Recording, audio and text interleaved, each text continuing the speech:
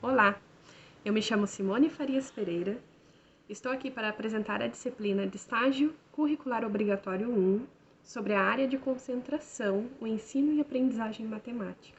O tema que eu escolhi é sobre formação continuada e é sobre esse assunto que a gente vai conversar um pouquinho.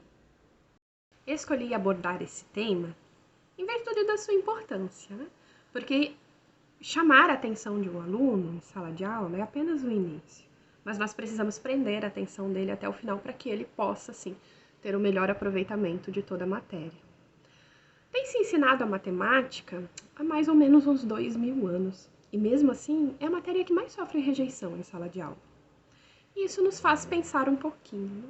Para que o ensino tenha qualidade, se faz necessário buscar se desenvolver profissionalmente, e se faz isso através da formação continuada.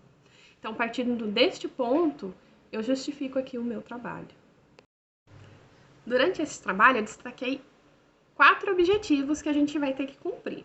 O primeiro é analisar a aprendizagem matemática, reconhecer as dificuldades no processo de aprendizagem, compreender a necessidade de aprender e, por último, ressaltar a importância do processo de formação continuada. Agora que nós temos os objetivos em mente, eu trouxe aqui algumas citações que eu acrescentei lá no meu trabalho. Entre as citações, né, estão Douglas Quadling, de 1983, e também de Aquino, 2007. Mas uma interessante aqui, que foi de NCTM, 1991, na página 146, ela diz o seguinte: a importância do conhecimento sobre o modo como os alunos aprendem matemática não pode ser minimizada. Isso se faz interessante pensar, né? Porque realmente todos vivenciam matemática todos os dias. Então, a sua importância não deve ser minimizada. Outra citação, que é de John Perry, de 1901, também é bem interessante o que ele diz. Olha só. Das minhas observações dos homens e rapazes, inclino-me a pensar que a minha forma de estudar é a forma comum, a forma natural, e que os professores a destroem e substituem por qualquer coisa que conduza ao ensino mecânico. O nosso cérebro, ele é uma máquina incrível e que está sempre ativa. Então, nós não podemos e não devemos conduzir essa incrível máquina, essa potente máquina, ao ensino mecânico.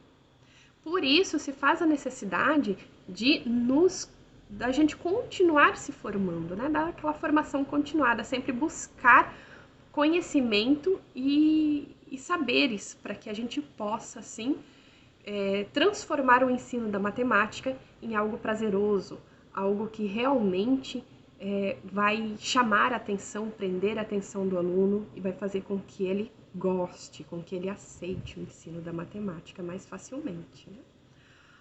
Outra citação também muito conhecida por todos, né, é de Stephen Hawking, que ele falou, né? A matemática é a única linguagem que temos em comum com a natureza. E isso é verdade. Então, quando a gente compreende a matemática, a gente também compreende a natureza à nossa volta, né? Tudo é feito milimetricamente pensado. Então, quando a gente também pode aprender matemática através da natureza, e isso é excelente para a gente levar para dentro de sala de aula e transformar o ensino da matemática.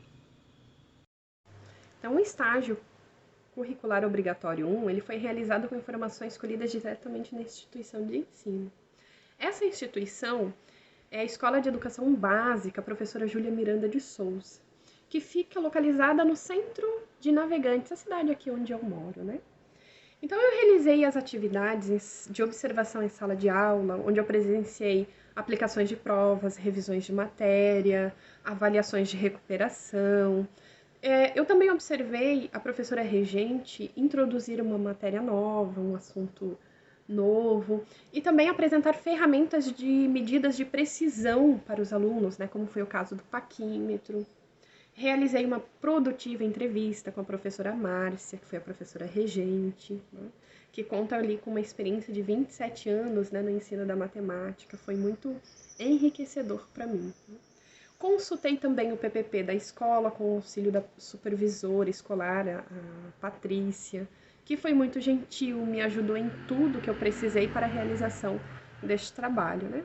Por fim, também tive o privilégio de entrevistar a assessora de direção, Dayana, que se disponibilizou ali do seu tempo para tirar algumas dúvidas que eu ainda tinha, me apresentar a estrutura da escola. E a minha pesquisa ela se baseou no ensino e aprendizagem da matemática.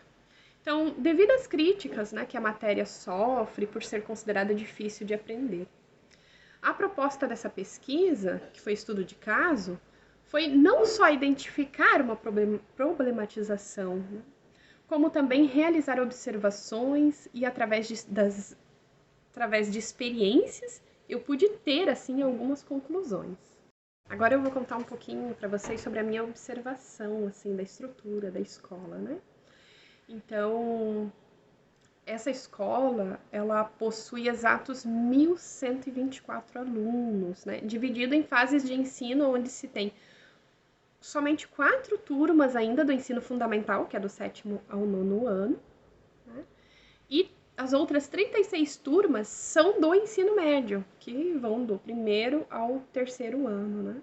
Ela também oferece um novo ensino médio, né? A estrutura da instituição conta com 2 quadras de esporte, sendo que uma é coberta, a outra não, cozinha, banheiros, refeitório grande, né? Um auditório, pátio coberto e também descoberto. Toda a estrutura do prédio possui acessibilidade adequada para deficientes físicos, o que é muito importante, né? A escola conta também com a instalação de ensino de 40 salas de aula regular, né? Também sala de diretoria, sala de secretaria, sala de professores, sala da recepção, muito confortável para quem vai estar lá esperando, biblioteca, laboratório de informática e sala para a hora atividade dos professores. E para o bom andamento e funcionamento dessa instituição e dessa estrutura, conta-se com 109 profissionais, entre professores, funcionários de serviços gerais e também da gestão. No roteiro de entrevista com a professora regente, eu pude perceber alguns pontos interessantes e positivos, né? Nesses 27 anos que ela tem de experiência, ela está sempre em busca de formação continuada. Ela não se retém ao básico, né? Ela já tem pós-graduação, mestrado e sempre busca mais conhecimento para aplicar melhor e transformar o seu ensino em sala de aula, né? Na escola onde ela trabalha, sempre se oferece formação continuada 2 vezes por ano, então ela aproveita essas oportunidades, né? Uma pergunta interessante em sala de aula que eu fiz foi como você enfrenta o desafio, o medo da matemática em sala de aula. Olha que interessante essa resposta que ela deu.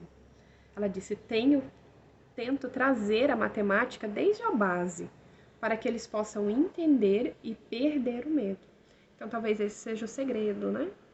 Fazer com que o aluno entenda a importância de se estudar matemática. Eu vou contar um pouquinho aqui como foi as minhas experiências, né? Ou seja, as minhas vivências do estágio. Então, eu tive a oportunidade de fazer observações tanto na infraestrutura escolar, né, do prédio, bem como das salas de aula, a sala da professora em que eu acompanhei as aulas, a sala da diretoria, a recepção, salas da supervisora, né?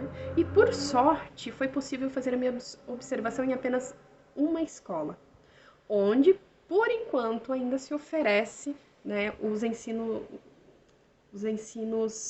ensino fundamental ainda anos finais, né, que é do 7º ao 9º.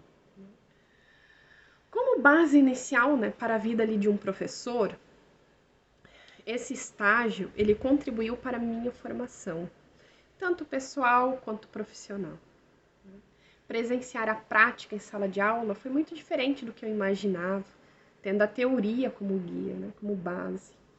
Passar esse tempo com os alunos foi uma experiência única. Pude ver as dificuldades de cada aluno e as dificuldades também da professora em solucionar algumas situações que não estavam ao seu alcance.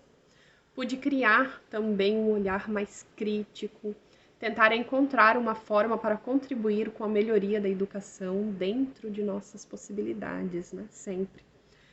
Todos todos nós temos a possibilidade de contribuir uns com os outros.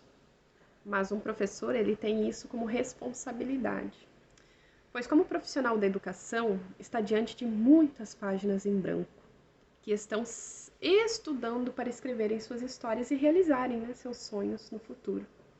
E para que possam ter condições de escreverem seu futuro, devemos fazer o nosso melhor e não nos limitar a ensinar apenas a matéria em si. Por isso a importância de sempre buscarmos a formação continuada.